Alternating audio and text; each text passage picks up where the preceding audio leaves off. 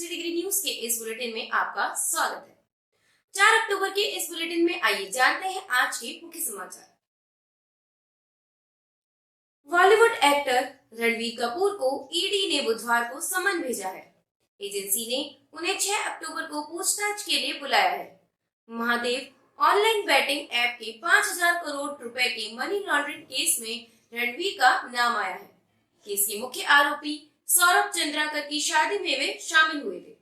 आरोप है कि रणबीर समेत कई सेलेब्स को इसके लिए हवाला से पैसे दिए गए थे। रणबीर पर इस ऐप के प्रमोशन का भी आरोप है। ईडी का दावा है कि रणबीर को बड़ी रकम कैश में मिली। ईडी ऑनलाइन गेम के विज्ञापन के जरिए फंडिंग की भी जांच करेगी।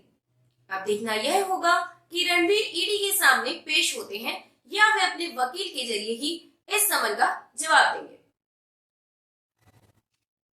केंद्र सरकार ने बुधवार 4 अक्टूबर को उज्ज्वला योजना में 14.2 किलो वाला एलपीजी सिलेंडर पर मिलने वाली सब्सिडी को 200 रुपए से बढ़ाकर 300 रुपए करने की घोषणा की।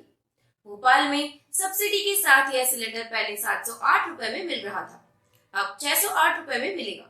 उज्ज्वला योजना के तहत अब तक देश में 9.6 करोड़ से ज्यादा कनेक्शन दिए जा चुके हैं। इस स्कीम को 1 मई 2016 को उत्तर प्रदेश के बलिया में लॉन्च किया गया था। इस योजना की सब्सिडी पर वित्त वर्ष 2022 से 23 में 6100 करोड़ रुपए खर्च हुए थे। 19वें एशियन गेम्स के 11वें दिन बुधवार को भारत के हरमिलरबेंस ने विमेन्स 800 मीटर रेस में सिल्वर मेडल हासिल किया। इससे पहले archery mixed team compound event में दिन का इकलौता गोल्ड आया। एथलेटिक्स, स्क्वॉश, बॉक्सिंग और रेसलिंग में एक ब्रॉन्ज आए। सुनील कुमार ने रेसलिंग का पहला मेडल जीता। उन्होंने ग्रीको रोमन के 87 किलोग्राम वेट कैटेगरी में ब्रॉन्ज हासिल किया। आज भारत को 1 गोल्ड, 1 सिल्वर और 4 ब्रॉन्ज समेत 6 मेडल मिल चुके हैं। सिक्किम में मंगलवार देर रात बादल फटने के बाद तिस्ता नदी में अचानक बाढ़ आने की वजह से 5 लोगों की मौत हो गई। वहीं 43 लोग लापता हो गए। इसमें सेना के 23 जवान हैं। मामले में पाक्योंग के डिस्ट्रिक्ट मजिस्ट्रेट ताशी चोपेल ने सभी जवानों के मौत की आशंका जताई है। हालांकि अभी तक इसकी आधिकारिक पुष्टि नहीं हुई है। दिल्ली से लगे इलाके में ही आर्मी कैंप था जो बाढ़ की चपेट में आने के बाद बह गया और यहाँ खड़ी 41 गाड़ियां डूब गई। आसपास के 4000 लोगों को 5 राहत शिविरों में सुरक्षित पहुंचा दिया गया है। बाढ़ की वजह से राज्य को देश से जोड़ने वाला नेशनल हाईवे NH10 भी बह गया। इसकी वजह से आवागमन की सुविधा बंद हो गई है। जयपुर के बिरला ऑडिटोरियम में बीजेपी के आपनो राजस्थान सुझाव आपका संकल्प हमारा अभियान की लॉन्चिंग हुई। बीजेपी के राष्ट्रीय अध्यक्ष JP नड्डा ने कैंपेन की शुरुआत की।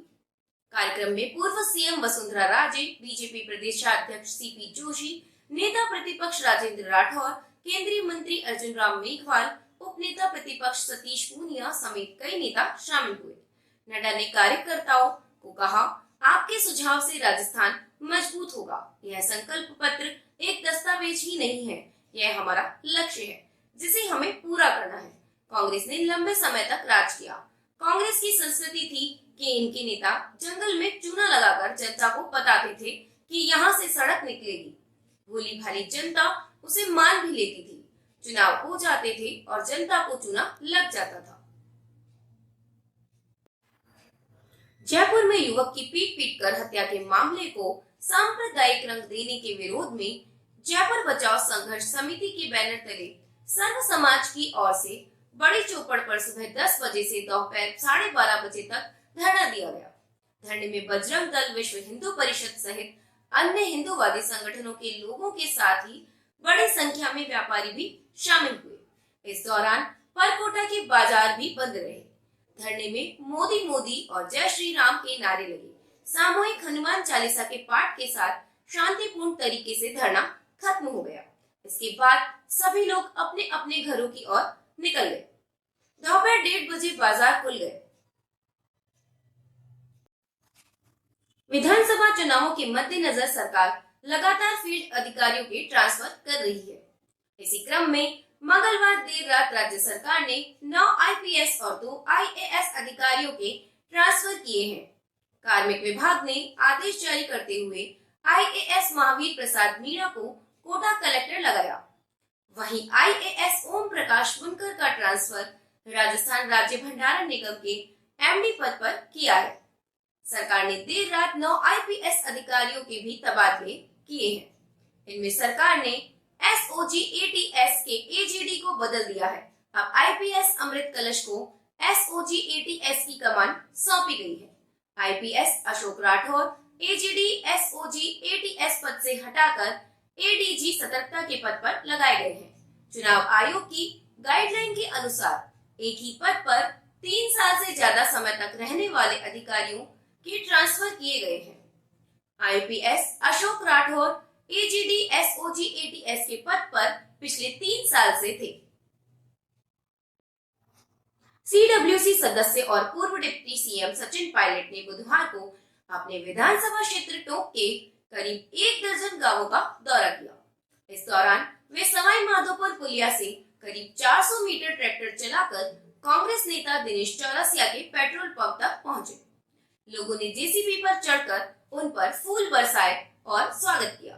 मीडिया से बातचीत में पायलट ने कहा कि सत्ता की चाबी किसी नेता के पास नहीं, जनता के पास होती है। जनता जिसे चाहेगी उसे सत्ता मिलेगी। उन्होंने कहा, राहुल जी कहते हैं युवाओं को मौका दिया जाएगा। मैं तो युवाओं का पक्षधर हूँ, लेकिन वे पार्टी के कर्मठ कार्यकर्ता हो। जीतने वाले युवा को मौका मिलेगा। इस पर पार्टी काम कर रही है। कांग्रेस पहले से ज्यादा सीटें जीतेगी। जयपुर आगरा नेशनल हाईवे पर खड़े ट्रेलर से बस जा टकराई। हादसे में बस के ड्राइवर समेत 3 लोगों की मौत हो गई और 24 यात्री घायल हो गए हैं। हादसा भरतपुर के चिकसाना इलाके में मंगलवार देर रात 2 बजे हुआ था। थाना अधिकारी विनोद कुमार ने बताया कि हाईवे किनारे बरसों गांव के पास पत्थरों से भरा ट्रेलर खराब होने पर खड़ा था। इसी दौरान झुंझुनू से ग्वालियर जा रही स्लीपर बस वहां से गुजर रही थी। बताया जा रहा है, जहां ट्रेलर खड़ा था वहां अंधेरा काफी था। ऐसे में बस ड्राइवर को ट्रेलर दिखाई नहीं दिया और बस ट्रेलर से टकरा गई। इसी के साथ आज के समाचार समाप्त होते हैं। नमस्कार।